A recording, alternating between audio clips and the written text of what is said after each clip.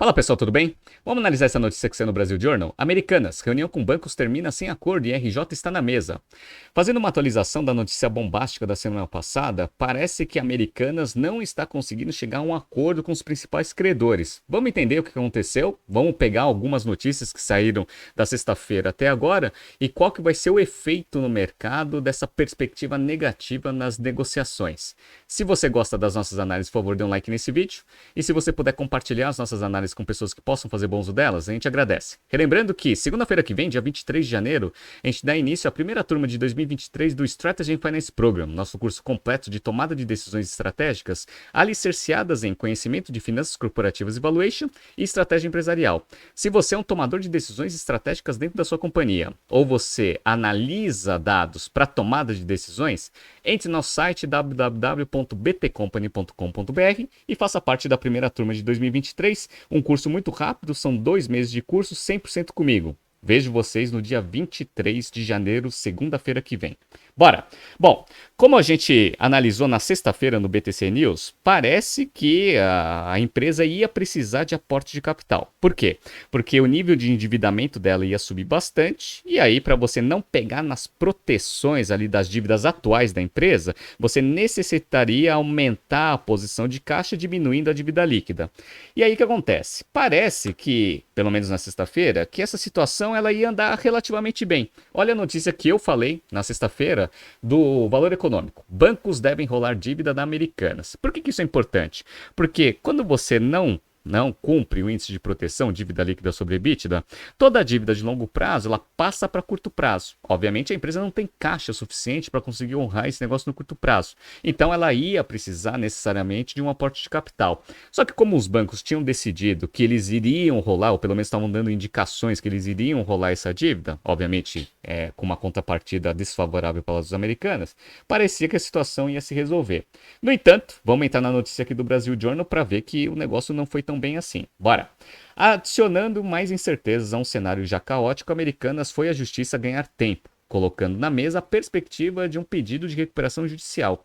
A justiça concedeu hoje à empresa uma medida de tutela de urgência cautelar que suspende a possibilidade de bloqueios, sequestros ou penhora de bens. Então, ganhou 30 dias aí para conseguir se organizar e decidir se vai entrar com uma recuperação judicial ou não. Bora. Também adia a obrigação de pagar dívidas até o pedido da RJ. A companhia declarou à justiça ter dívidas no valor de 40 bilhões de reais. A coisa mais interessante desse anúncio para o mercado foi esse parágrafo aqui, ó.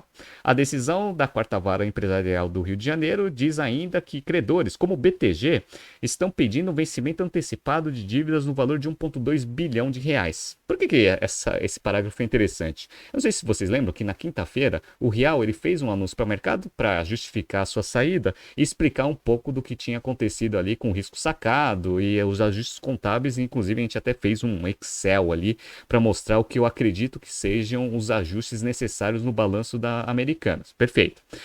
Então ele passou a manhã inteira lá no BTG. Então o BTG ele sabe com bastante detalhe o que está acontecendo e a real situação da empresa. E ela foi uma das instituições que já pediu antecipação do pagamento de dívida. Então isso é uma sinalização péssima para o mercado, porque o banco que tem mais informação que o mercado como um todo já está vendo que a coisa está feia. Basicamente é essa sinalização. Bom, aí o que aconteceu? Por que a negociação não andou? Aí eu vou pegar aqui a notícia aqui e a gente volta para o modelo que eu criei ali na sexta-feira.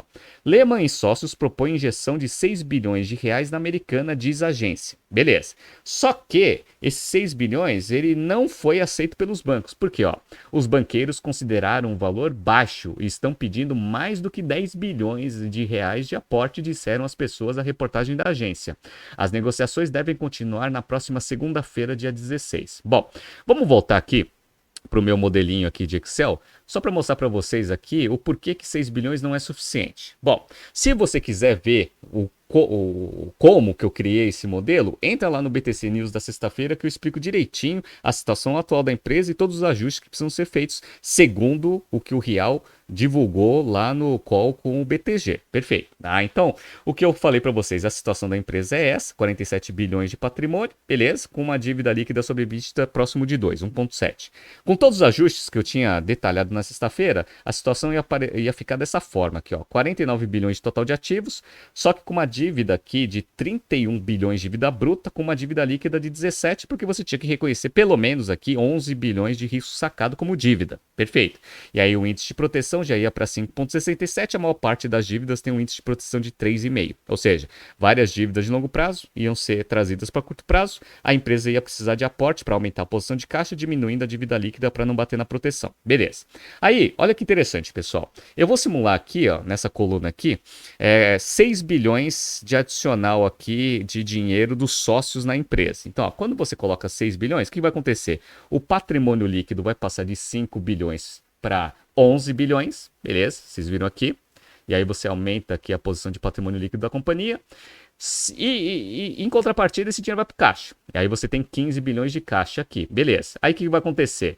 Dívida líquida vai cair de 17 para 11, só que com o EBITDA dos últimos 12 meses de 3 bilhões, dívida líquida sobre EBITDA vai ficar em 3,67. 3,67, infelizmente, não consegue ali cumprir o índice de proteção, que é 3,5. Beleza, né?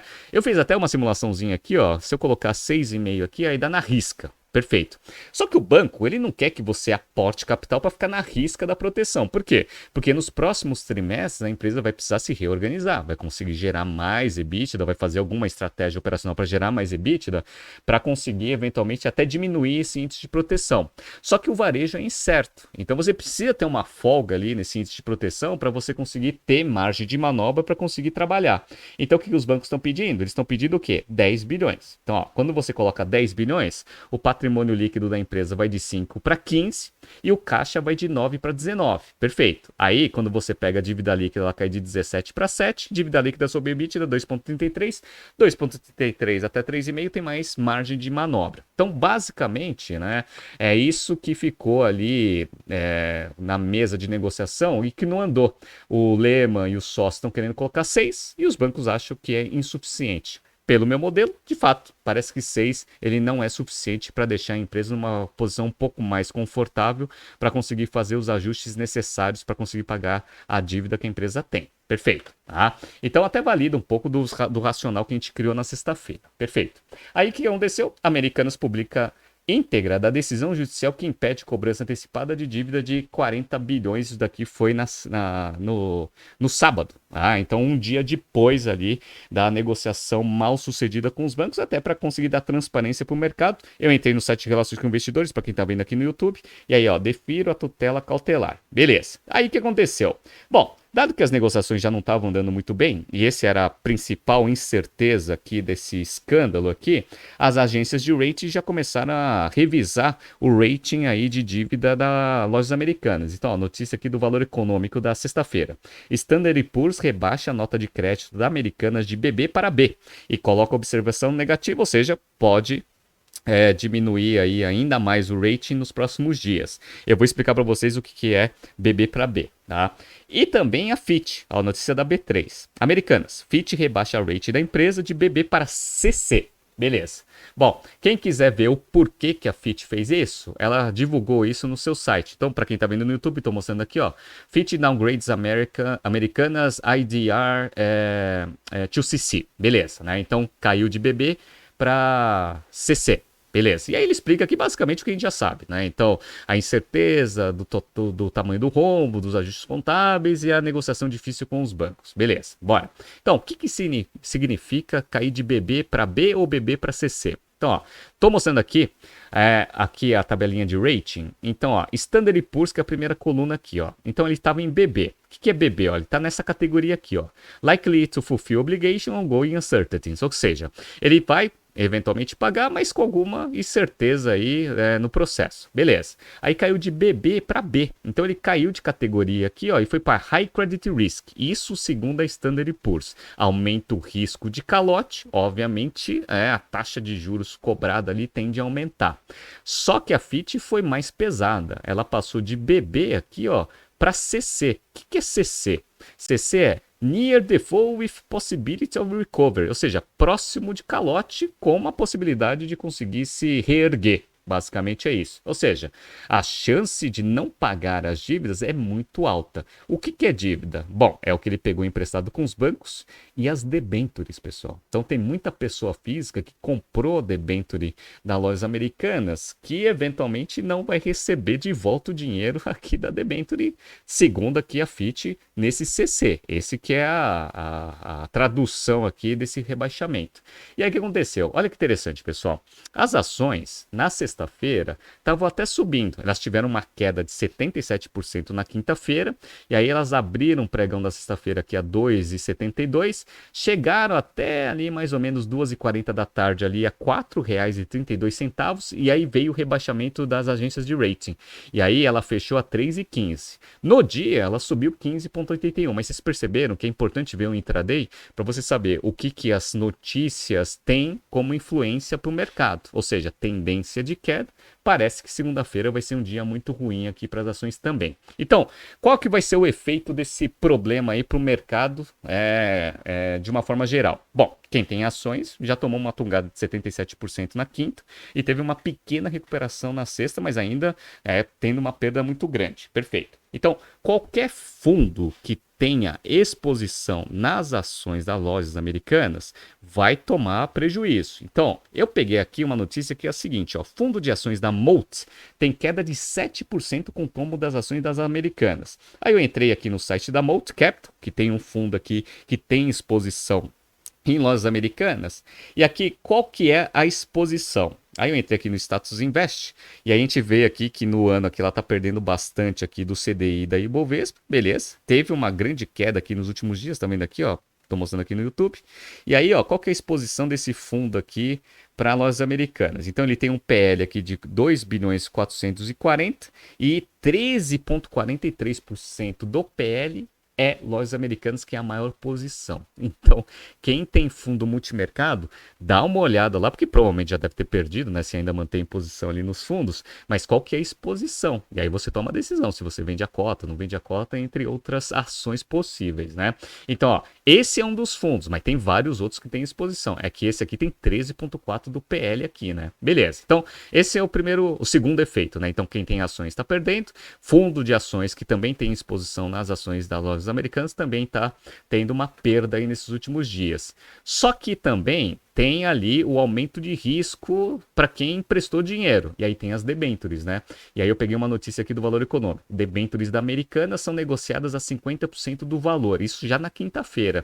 E o que isso significa? Significa que fundos renda fixas, que também têm exposição às debêntures das lojas americanas, também estão tendo prejuízo. Então, ó, Americanas, é a notícia do Infomoney. Fundos passam a contabilizar debêntures por metade do valor após rombo de 20 bilhões. Aí depende qual que é o percentual do dinheiro do fundo exposto na debenture ali das lojas americanas para saber a dimensão da perda ali no valor da cota. Então, aqui o terceiro efeito, né? Fundos de renda fixa que tem exposição às debêntures da Americanas. E o quarto, obviamente, é que quem comprou debenture puramente ali das lojas americanas. Perfeito, tá? Então, isso daqui é um problema. Qual que é o último problema aqui de efeito? É quem emprestou dinheiro, tá, em termos de dívida para lojas americanas, que são os bancos. Então, ó, notícia do Valor Econômico. Ações de bancos são pressionadas por rombo da Americanas. Essa notícia aqui, ela mostra que na quinta-feira, BTG, Santander, Bradesco, Itaú e Banco do Brasil registraram quedas nos seus valores de ações. Por quê? Aí vamos pegar aqui uma notícia também do Valor Econômico. Ó. Dívida da Americana com banco soma 18,5 bilhões de reais, segundo fontes. Isso daqui foi no final do dia da sexta-feira. E aí fizeram uma tabelinha muito interessante para mostrar quais são os bancos que mais emprestaram dinheiro aqui para lojas americanas. Então, ó, o primeiro é o Bradesco. O Bradesco já estava lá com um resultado muito ruim. O terceiro trimestre foi péssimo, as ações caíram bastante e ainda é o maior credor aqui do Bradesco, das lojas americanas, Bradescão, 4,7 bilhões. Depois vem o Santander, 3,7 bilhões de reais, Itaú 3,4, Safra 2,5, BTG 1,9, BB 1,3. Aí depois tem o Daicoval, o BV e o ABC, somando tudo 18,5 bilhões. Então esses bancos aqui estão também com problema. Se lojas americanas não pagar, também vai ter que reconhecer isso no resultado, vai ter ali uma baixa contábil, que dependendo do resultado pode dar até um prejuízo interessante aí para esses bancos. Então, também os bancos estão sofrendo bastante. Aí uma pergunta que me fizeram ali durante todo o dia de sexta-feira foi o seguinte: Renato, houve fraude? Essa foi a primeira pergunta. Segundo, como que a auditoria não pegou isso? Beleza, então vamos começar com a segunda. A auditoria é um negócio que a gente tem que esperar o relatório da PwC, que é a auditoria que faz ali a contabilização dos números, a auditoria dos números, para saber, primeiro, se do jeito que foi estruturada a operação de risco sacado ali na Lojas Americanas, vai precisar fazer os ajustes que a gente mostrou ali na sexta-feira, essa é a primeira coisa, e em qual magnitude. Essa é a primeira coisa. Tá? Segundo, para ver se teve alguma fraude contábil. Esse que é o principal ponto. Por quê? Porque uma vez identificado alguma falha de controle de forma proposital, aí vem aquele negócio de ter sido fraude. Aí também é difícil você saber, e tem já um comitê que está investigando esse caso dentro da Americanas. Beleza, tá? Por quê? Porque como a gente viu na sexta-feira, a boa parte dos ajustes que vão precisar ser feitos vão indicar que o nível de lucratividade que a empresa divulgou nos últimos anos está incorreta a maior. E por que isso pode ser um indício de fraude? Porque remuneração de executivo geralmente está atrelada com o resultado da companhia. Se o resultado foi maior nos últimos anos, vai precisar entender se isso teve alguma influência ou não na remuneração variável ali dos principais executivos. E se houver, eventualmente tem que ver se foi feito de forma proposital ou se de fato a contabilização foi feita porque existe mesmo uma zona cinzenta ali na contabilização do risco sacado, como a gente viu na sexta-feira. Perfeito. Só que saiu uma notícia interessante aqui que mostra que talvez tenha algum problema. Então, notícia do Valor Econômico. Ministério Público Federal apura indícios de insider trading em venda de ações da Americanas. De onde que vem esse insider trading? Veio dos executivos. Olha que legal, ó. Diretores da Americanas teriam vendido mais de 210 milhões de reais em ações da empresa no segundo semestre de 2022, conforme documentos divulgados pela companhia no portal de relacionamento com investidores. A movimentação se deu pouco depois do anúncio de que a companhia teria um novo presidente, Sérgio Rial, a partir de 2023. Aí você fala assim, Renato, mas qualquer executivo com mudança de gestão pode vender as ações. Sim, de fato isso é possível. No entanto, o Sérgio Rial, quando ele foi anunciado, ele trouxe uma perspectiva positiva para as ações, tanto é que as ações subiram depois do anúncio. Por quê? Porque o Sérgio Rial, ele foi o CEO lá do Santander, que transformou o Santander Brasil numa máquina de dinheiro, e parecia que, pelo histórico ali de transformação que ele teve ali em outras instituições, ele ia conseguir implementar isso nas Lojas Americanas. Então a perspectiva, na verdade, era positiva. Se você tem ações da companhia e é diretor, ou seja, tem mais informação sobre a empresa, você deveria segurar o papel, esperar a valorização para depois vender. Concorda? Se entra o Sérgio Rial e você vende, você tem duas opções. Ou os executivos não confiavam no Sérgio Rial, apesar do histórico positivo deles em outras empresas, beleza, pouco provável. Ou eles tinham alguma informação que, sabendo que o Sérgio Rial é bom, ele iria descobrir. Beleza, né? Então, aí começou o Ministério Público Federal a entender que talvez tenha alguma coisa e as investigações começaram a ser executadas. Vamos ver o que vai acontecer, tanto no caso da PwC, quanto no caso aqui do Ministério Público Federal, para saber, primeiro, se houve algum erro na auditoria de fato, beleza? E qual que é a magnitude desse erro? E se houve fraude contábil. E aí a gente vai descobrir isso nos próximos dias. Esse caso, dado a dimensão aí dos 20 bilhões, eventualmente ele vai ser muito noticiado aí por todos os veículos e a gente traz aqui atualizações no BTC News aqui dos próximos dias, tá bom? Tá surgindo aqui alguns BTCs News passados para vocês se atualizarem. Não se esqueça de se inscrever no nosso canal e na nossa newsletter. Grande abraço e até amanhã.